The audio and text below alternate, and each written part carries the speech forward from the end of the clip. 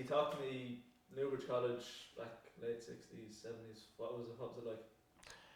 I think it was great fun. I really enjoyed it. I wasn't the most studious person in the school, as you can imagine, but I found it really interesting and alive when I was there. I loved the spirit of the place, and you miss it afterwards, you know, for a long time. All right, you have your freedoms and all of that, but there's something about the college, and the fact that we were all boarding was a big plus to us, particularly from the rugby point of view, because we were together all the time. We were able to add in extra bits that you might not be able to in a day school. And was it all rugby, rugby, rugby? It was Yeah, lots of it. it was very committed to rugby. There's no doubt, and the training was hard. And if you weren't willing to do it, you'd be thrown straight off the squad because you know you had to have all of the group doing the work because we didn't have a big group. Like we might have had 30 fellas who played rugby in the year, but when it got to the top 20, which was the big list that went up just after Christmas, we only had 19 on that. So we only had four guys that could be brought in for the cup. So we didn't need to get injuries. So there was a big concentration on fitness. We had most days we would train in the afternoons, and then you go in and have your tea. After tea, you had study for a couple of hours, and then we'd be into the gym for another hour or an hour and a half, and then in for late study after that. So this went on constantly from November, and our fitness levels were very high. Uh, we would also add in during lunch hour. We would do sessions out in the front quad. There were no cars there in those days, so you could actually run a back line right across the courtyard in front of the college at lunchtime, and we did that. The forwards would be doing line outs over at one side, and we'd be running the back line on the other side. But we took it very seriously because everything was a way of having almost a telepathy in the team, which turned out to be the case when it got to the cup. The team in 1969, you came up just short, did you? Yeah, we had a very good team in '69. Very good captain Clement McInerney, really good, solid player. Who went on to play senior rugby with Gary Owen afterwards, and we had Robbie McGrath and Freddie McLennan were half backs. I was full back, and it was a very talented team. You would probably say maybe more talented than the 70 team, but not as committed. As far as I was concerned, I didn't feel they were as committed as the 70 team. And the couple of weaknesses we had in '69 cost us the cup because we lost by a point to Mary's in the semi-final. A game we should have won. Clearly we should have won. We were on top for most of the game. And it was just indiscipline and stuff that lost us that semi-final. And then obviously when it went into 1970, we had a group, but Father Heffernan brought in quite a few fourth years and fifth years to the group. Because he felt that we just didn't have the numbers of guys who could actually play in cup matches. And the great success was that the fourth and fifth years that came in were really good players and added big time to the team ethic. You mentioned Father Heffernan. How much of an influence was he on the whole thing? Oh, he was everything. Heffer was unbelievable coach. I mean, I've said it publicly before that I was coached at Leinster level, Lansdowne level, Ireland level, and never did I have a coach that was as good as Father Heffernan, not even at international level. He was unbelievably concentrated. He would know how the opposition are going to play, and he would know how to deal with the opposition. And he would never go on and on and on about something. He would say it once and he'd expect you to take it on board. And he was very good at reading them. We only ever watched one match when the opposition were playing. I remember going up to watch the St. Mary's Rock quarter-final, and Mary's were a very strong team. Most of the guys from the winning team of the previous year were playing, but they were hockeyed by Rock that day. Rock were brilliant against them, and I remember coming out afterwards. There were John Cairn, myself, and Father Heffernan, and I made the mistake of saying, Jesus, I can't see any team beating them in the cup, and I got a whack on the back of the neck from Father Heffernan. He said, don't ever say that again, mister. We're going to beat them. So I never said it again, I can tell you. And he really believed we could do it, and he had to beat that into us a little bit. But he was an exceptional coach. He made sure we were very fit. We had a fitness coach, John Curley, who was brilliant, ran us into the ground. We were running fit-wise. We could run forever. We just never got tired, really, and that stood us in good stead.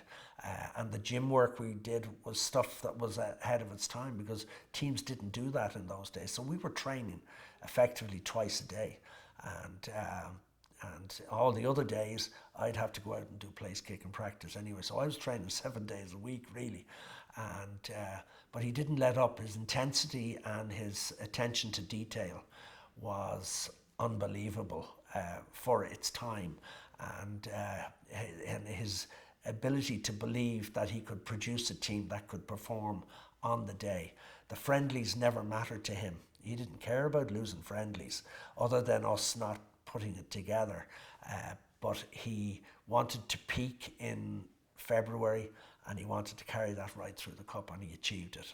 And he was just a brilliant coach, just really brilliant, and knew exactly what to say to you at half time, which is a terribly important time. He would come out and he'd say, this is what you need to do to win. 1, 2, 3, 4. So it was clear and it was decisive, and you didn't get any chance to take it up the wrong way. You just knew what you had to do to win, and he was brilliant. The lads earlier mentioned the belief in the group, like that must have driven you.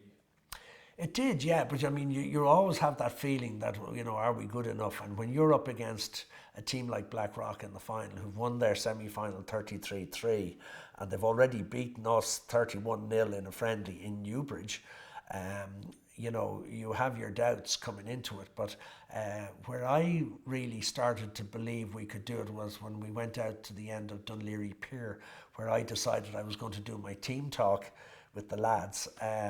And we were sitting there, and there was quite a wind, and I was happy about that, because I figured that with a bit of wind would mean that it wouldn't all be hunky-dory for Rock, their running back line and all their slinky moves and all the rest of it.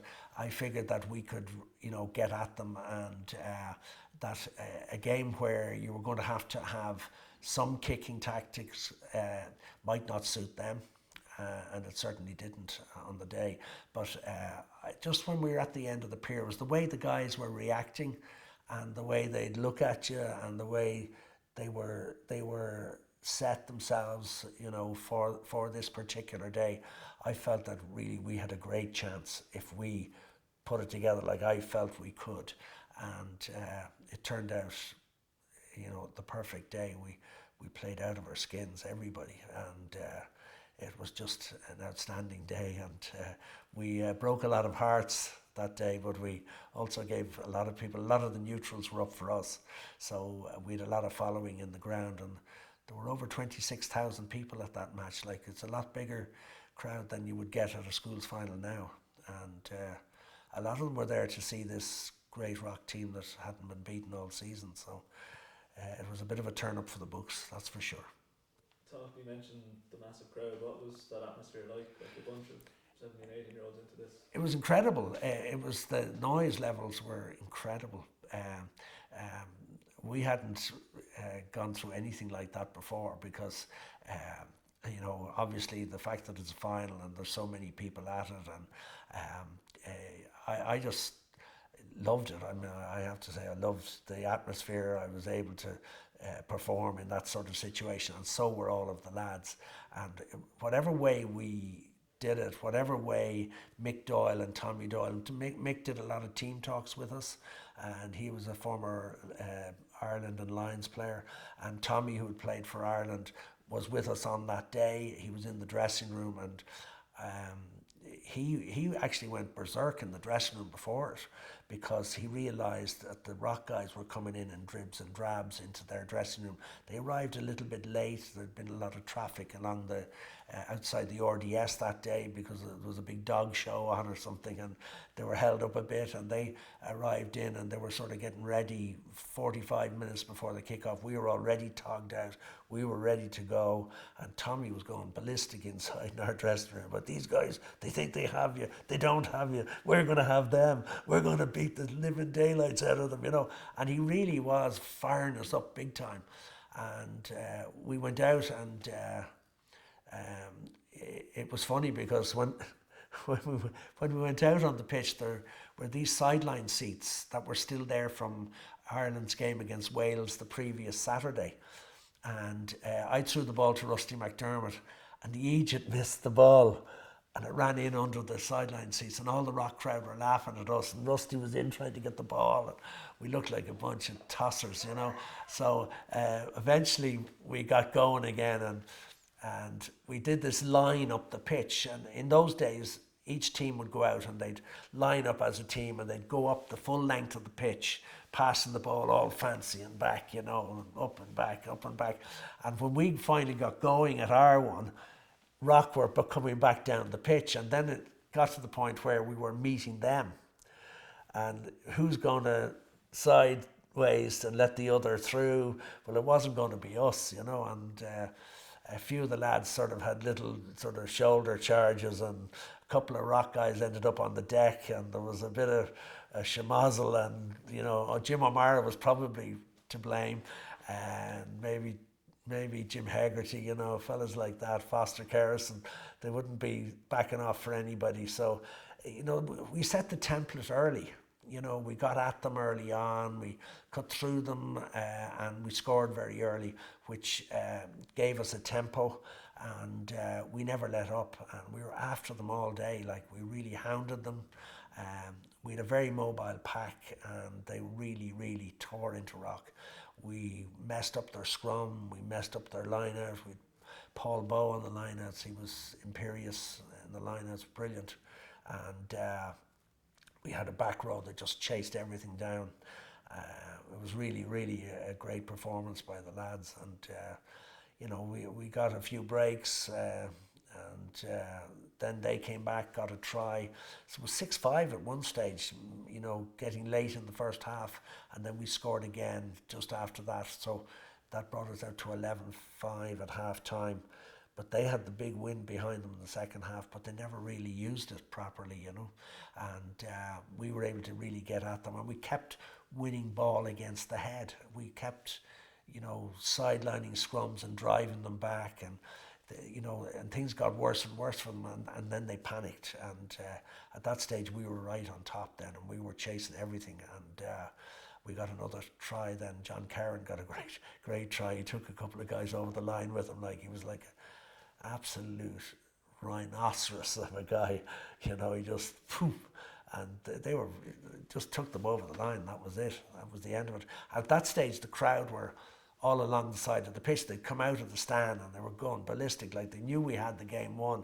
And our lads were playing with great confidence then. You know, Steve Tunney was throwing out reverse passes to me, and you know, it was really funny. You know, it was great to have a situation where for 10 or 15 minutes at the end, you know, you have the game won, and you can really turn it on, and you're buzzing. Like, the lads were really buzzing, and it was great. It was just it was one of those perfect days, you know, real perfect day.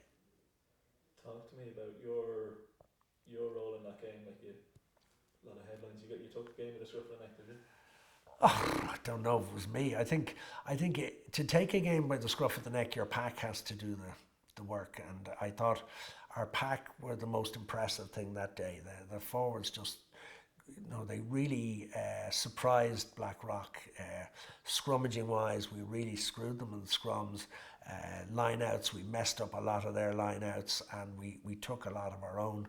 I was able to dictate the game simply because I was getting really good ball. Steve Tunney had an absolute dream of a game at scrum half. He was really, really sharp. And Father Heffernan had said to me early on that day that the first decent ball I got from Stephen, I was to have a cut at my man, Tony Moran, because he felt there was a gap there that we could get into. And Stephen gave me this lovely pass on the halfway line from a line out, and I was able to take it really at full speed and sailed outside my guy straight up to the inside the 22. 5 yards from the line, I passed to Mucky McIver and he dropped it. So there was a scrum, and from that scrum we actually scored. Steve Tunney, we turned their scrum, drove them back, and the ball went popping out the side, and Stephen Tunney got to it and scored. And that sort of set the tempo for the whole game. You know, we were after them no matter what they did, and nothing was going right for them. Now, they had a lot of good players. You know, the James E. Crowe got a try against us in that game. He played for Ireland later, and Paul Waldron was a brilliant fullback. They had Johnny McCabe. They had 6 or 7 Leinster schools into pros that year, you know, so they were a top team, but they just never got a chance to take a breath. We didn't allow them. And then Father Heffernan comes out at halftime and says, we have them, we're going to beat the living daylights out of them. And I was saying, Father, we're only 11-5 up, you know, and they have the wind. Don't care what they have, we're going to beat them, we're going to come down here, we're going to spend all the time down here. I said, you're the boss, away you go, you know. And at one stage he felt that Paul Bowe wasn't really, Paul was the laziest guy on our team, you know.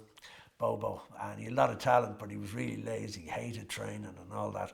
So Father Heffernan had a signal that he gave Foster Kerrison, our flanker, and he'd give Bobo a kick, you know, during a ruck or whatever, he'd stand on him or whatever, and Bobo get really annoyed then and start playing really well, you know. So he used to do that in every match, and he'd just give Foster the signal, Foster, give your man an awful route, and your man would go mad. And Bobo was fantastic the whole game.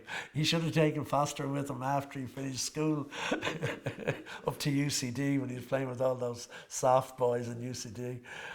Yeah. You mentioned the last 10-15 minutes of the game you knew was won, but when that whistle went, like, what were the... Oh, it was an unbelievable feeling. It was a feeling of relief more than anything. That's what I felt all evening, was the relief of winning, was the pressure was off.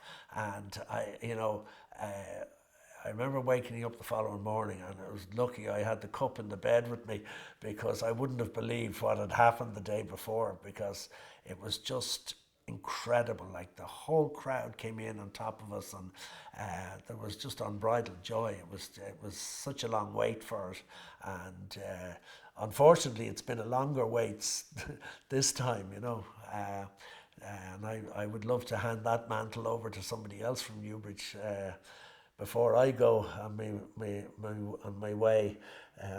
But we certainly had a great celebration, and in the dressing room afterwards it was just unbridled joy. It was great fun, and it was a very proud moment for Father Heffernan as well, because he'd put a lot of work into that.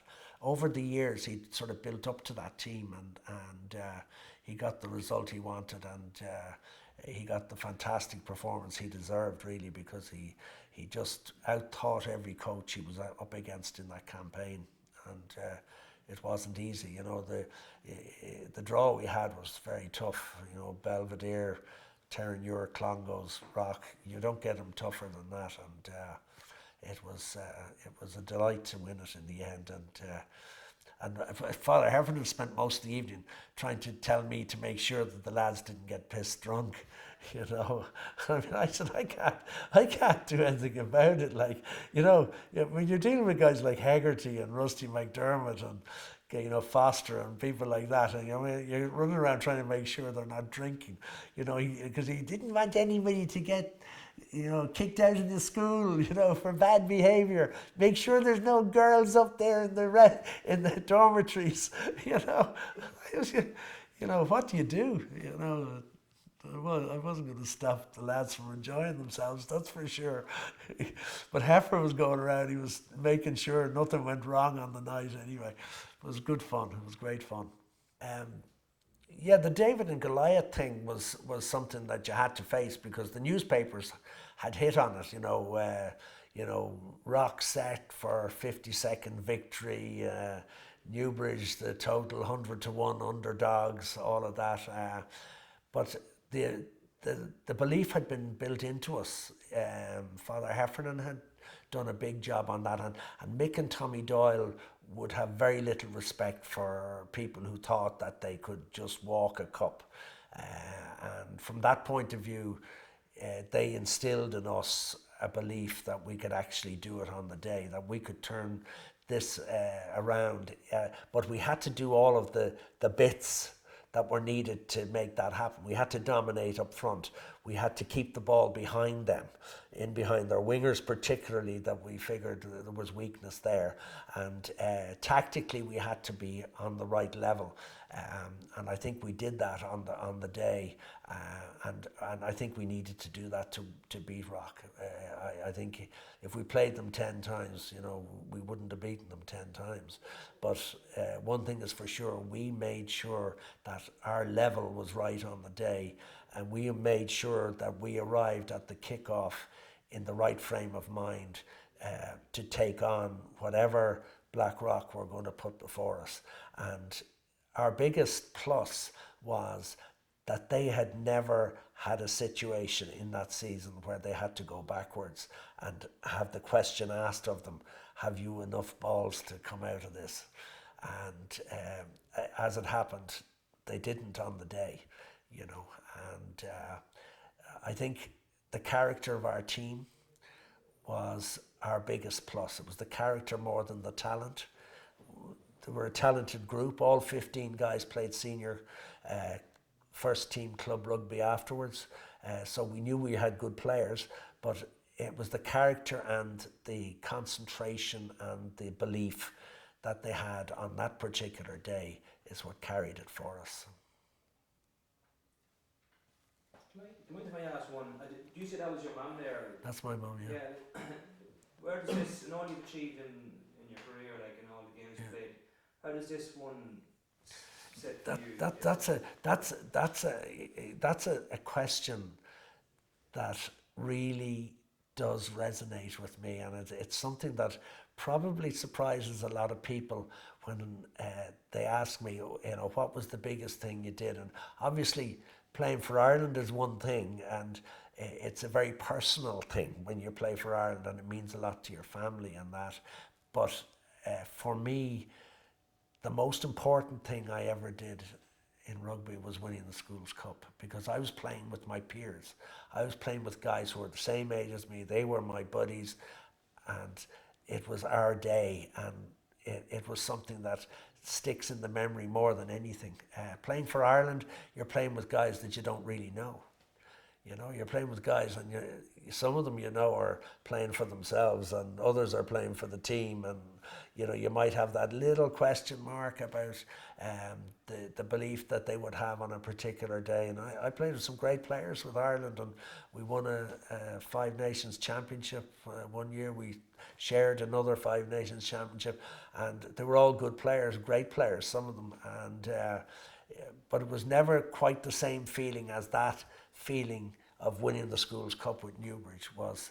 For me, it was the ultimate buzz that I got in my rugby career, was winning the Schools Cup.